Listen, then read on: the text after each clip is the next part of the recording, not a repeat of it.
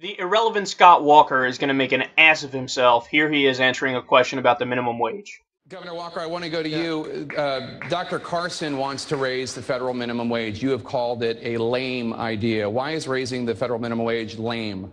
I said the best way to help people see their wages go up is to get them the education, the skills they need to take on careers that pay far more than minimum wage.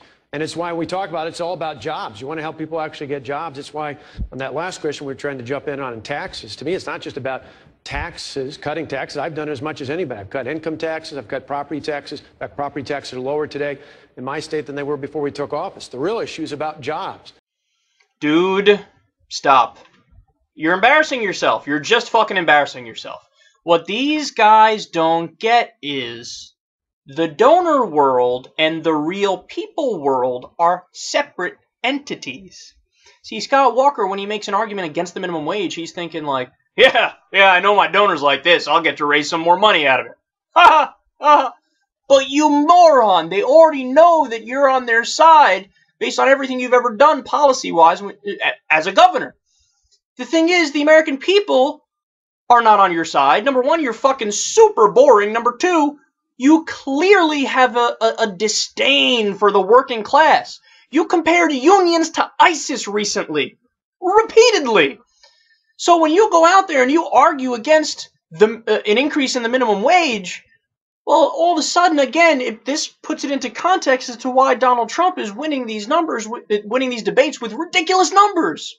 Donald Trump got 50%, 60% in some polls on this. When there are 11 people on stage, guys, that's ridiculous. I've never seen numbers like that ever before in my life. That's an incredible victory. Why is he winning by those numbers? Because we were just speaking about how he argued for a progressive tax rate. He said we should tax hedge fund managers more. That's incredible. I was even surprised he argued for that. But people hear that, and even Republicans go, yeah, fuck the hedge fund guys. They've been robbing us blind.